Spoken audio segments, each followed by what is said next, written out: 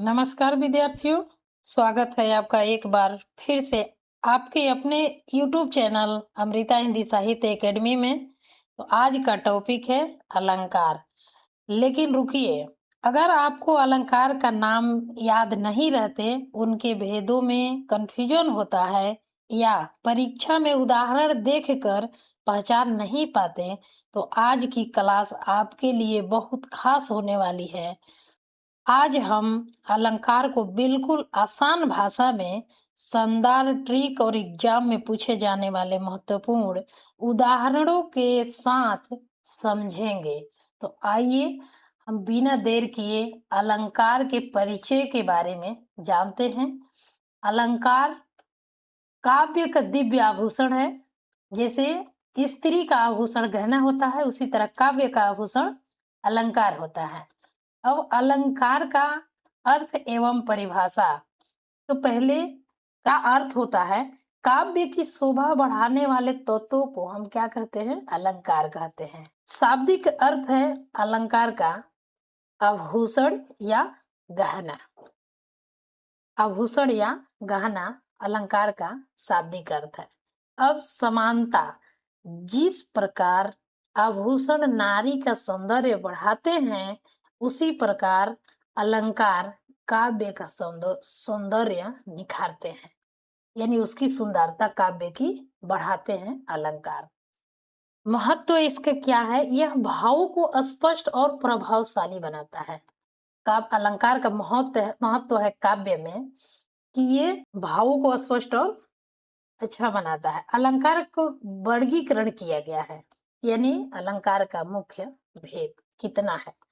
तो आपके स्क्रीन पर है, एक पहला में है शब्द अलंकार, दूसरा में है अर्थ अलंकार और तीसरा में है उभय अलंकार। यही तीन अलंकार का मुख्य भेद है।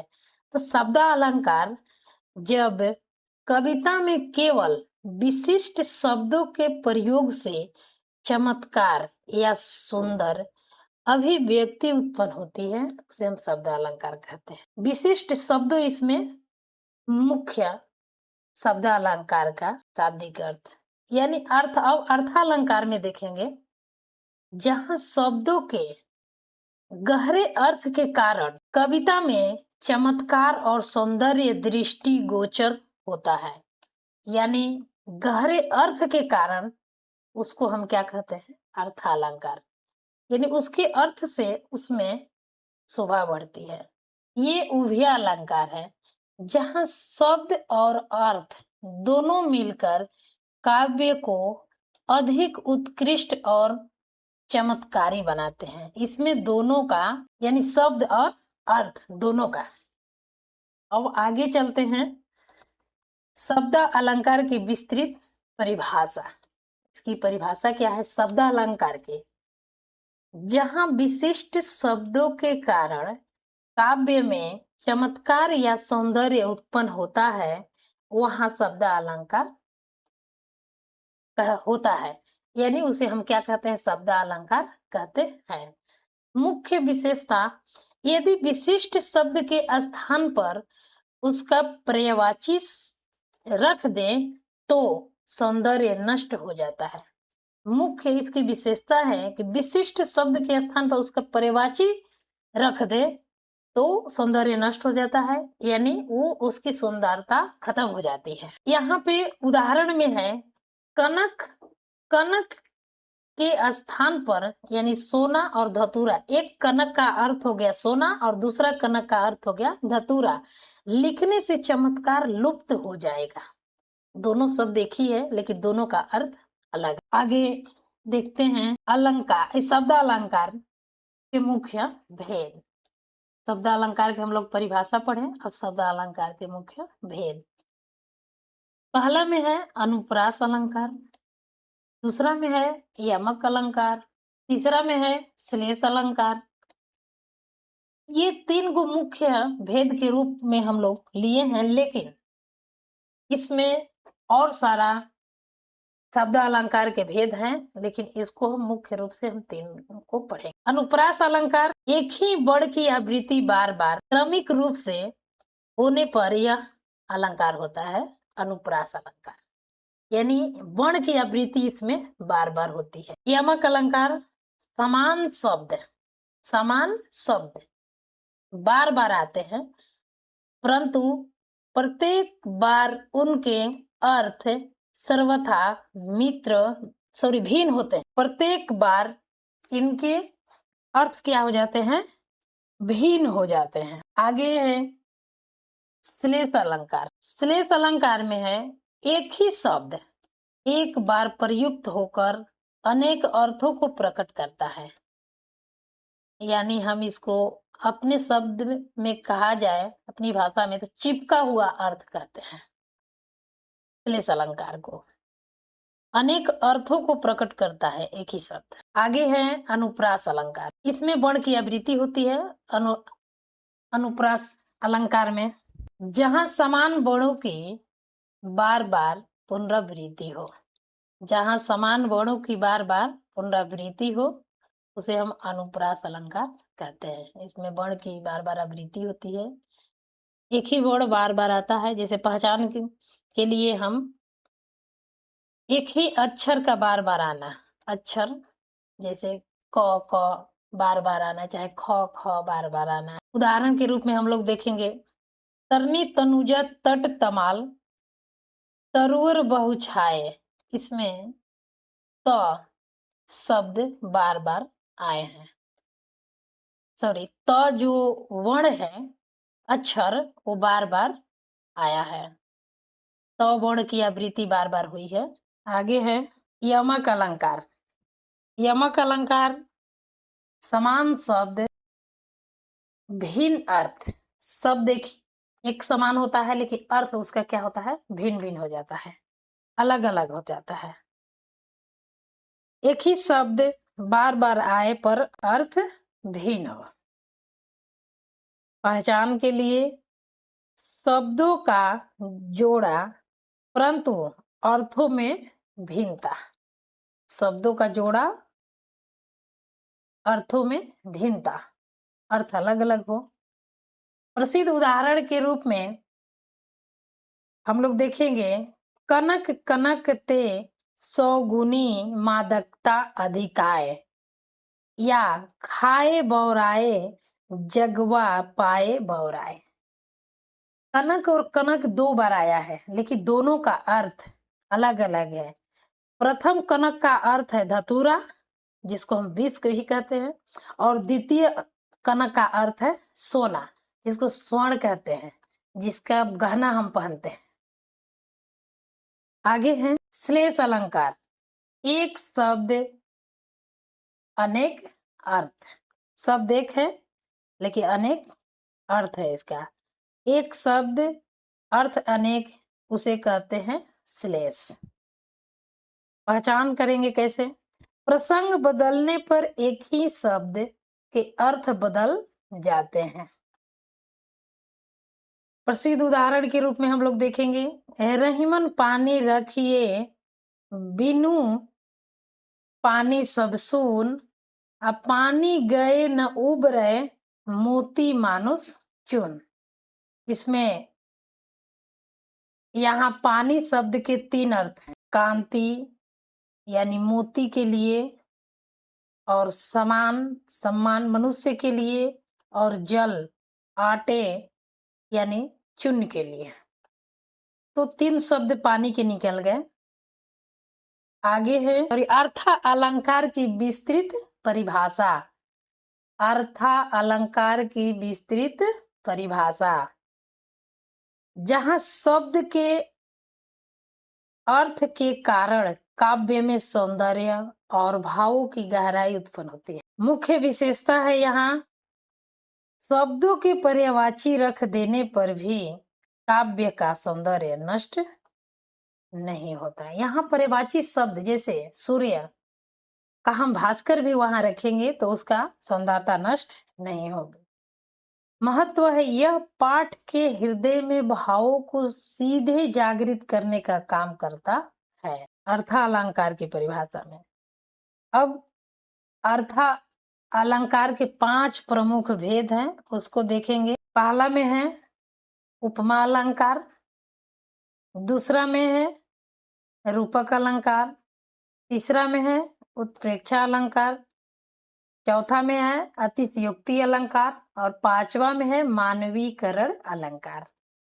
उपमा अलंकार फर्स्ट में दिया है कि बस प्रसिद्ध वस्तु से समानता दिखाना, यानी प्रसिद्ध वस्तु की समानता दिखाना। और रूपक में है उपमेय और उपमान का एक एक कर देना, एक कर देना, उपमेय और उपमान दोनों को एक कर देना। संभावना या कल्पना व्यक्त करना उत्प्रेक्षा में है। अतिशयोक्ति अलंकार में है लोक सीमा से परे बढ़ा चढ़ाकर कहना, इसको बढ़ा चढ़ाकर बोला जाता है काव्य में। मानवीकरण में है प्राकृतिक को मानव जैसा व्यवहार करते दिखाना, यानी प्राकृतिक जैसे मानव व्यवहार करता है उस तरह से हम प्रकृति को भी दिखाते हैं काव्य में कि जो मानव जैसा वो व्यवहार करता है। उपमा अलंकार, उपमा अलंकार यानी सादृश्य एवं तुलना। इसमें है कि जहां दो भिन्न वस्तुओं में समान गुण के कारण तुलना की जाए, गुण समान है लेकिन वस्तु भिन्न भिन्न है, उसकी तुलना की जाती है। पहचान कैसे? सा, सी, से, सम, सरिस, सदृश, जैसे। जैसे उदाहरण के रूप में पीपर पात सरिस मंडोला, इसमें बता रहा है कि जो मन है वो उपमेय की तुलना पीपर के पत्ते उपमान से की गई है। मन को किससे की गई है? पीपर के पत्ते से तुलना की गई है, उपमेय को उपमान से। आगे है रूपक अलंकार। रूपक अलंकार के अभेद यानी आरोप, जहां उपमेय और उपमान में कोई भेद न करके उन्हें एक मान लिया जाए, दोनों को, उपमेय और उपमान को दोनों को एक मान लिया जाता है। पहचान में योजक चिन्ह का प्रयोग और वाचक शब्दों का अभाव इसमें होता है। जैसे में उदाहरण में है मैं तो चंद्र खिलौना लय हूं, यानी इसमें बता रहा है कि यहाँ चंद्रमा और खिलौने में भेद समाप्त कर चंद्रमा को ही खिलौना मान लिया गया है, कि चंद्रमा एक खिलौना है। आगे है उत्प्रेक्षा अलंकार, जिसमें संभावना या कल्पना व्यक्त की जाती है, जहां उपमेय में उपमान की संभावना या कल्पना की जाती है। पहचान के रूप में जनु, मनु, मानो, जानो, मनहु, जनहु, ये शब्द उस काव्य के अंतर्गत आते हैं। उदाहरण में दिया गया है कि सोहत ओढ़े पीत पट श्याम सलोने गात मनहु नील मणि शैल पर आतप परियो प्रभात। कह रहा है कि श्याम वर्ण के शरीर पर पीले वस्त्र देखकर ऐसा लगता है मानो नीलमणि पर्वत पर सुबह की धूप पड़ रही हो। आगे है अतिशयोक्ति अलंकार, जिसे बढ़ा चढ़ा करके कहा जाता है। जहां किसी बात को लोक सीमा से परे बढ़ा चढ़ा करके कहा जाए उसे अतिशयोक्ति अलंकार कहते हैं। पहचान में है असाधारण वर्णन को सामान्य बुद्धि से परे हो, कोई भी वर्णन सामान्य बुद्धि से परे हो जो असाधारण हो। जैसे में हम उदाहरण में है आगे नदियां पड़ी अपार घोड़ा कैसे उतरे पार, राणा ने सोचा इस पार तब तक चेतक था उस पार, यानी वो सोचे कुछ और कि अभी तो घोड़ा इसी पार है लेकिन चेतक पहुंच गया था राणा प्रताप ने सोचने मात्र से ही चेतक का नदी पार कर लेना अत्यधिक बढ़ा चढ़ाकर वर्णित किया गया है इस काव्य में। आगे है मानवीकरण अलंकार, जो प्राकृतिक में मानव रूप दिखाई देता है। जहां निर्जीव प्रकृति को मानव की तरह क्रियाएं करते दिखाया जाए, उसी को हम मानवीकरण अलंकार कहते हैं। पहचान में बादलों का सजना, कलियों का मुस्काना आदि, ये सब कलियां मुस्काती नहीं है, लेकिन हम मनुष्य की तरह कलियों को मुस्काते हुए देखते हैं। काव्य के अंतर्गत उस तरह से वर्णन किया जाता है। उदाहरण में है मेघ आए बड़े बन ठन के संवर के। मेघ आते हैं, पानी बरसाने की बन ठन के आते हैं, लेकिन उसमें दर्शाया गया है, स्पष्टीकरण में दिया गया है कि बादलों को सजने संवरने वाले मेहमान यानी दामाद के रूप में चित्रित किया गया है। कि बादल दामाद जैसे आते हैं सज संवर के, उस तरह से बादल भी सज संवर के आ रहा है। आगे है उभिया अलंकार। उभिया अलंकार दोहरा चमत्कार, जिसमें शब्द और अर्थ दोनों मिलकर काव्य में चमत्कार उत्पन्न करते हैं। विशेषता यह शब्द अलंकार और अर्थ अलंकार का सुंदर समन्वय है, दोनों मिलकर के सुंदरता इसमें बनाता है। महत्व इसका है आधुनिक युग की जटिल कविताओं में इसका रचनात्मक प्रयोग बहुत बढ़ गया है, उभय अलंकार का। तो विद्यार्थियों, आज हमने अलंकार को समझा, उसके भेदों को जाना, महत्वपूर्ण उदाहरणों से उसकी पहचान करना सीखा। अब आपकी बारी है कि कमेंट में बताइए कि आज आपको कौन सा अलंकार सबसे आसान लगा। अगर आज की क्लास से आपको कुछ नया सीखने को मिला हो तो वीडियो को लाइक, अपने दोस्तों के साथ शेयर और अमृता हिंदी साहित्य एकेडमी को सब्सक्राइब जरूर करें।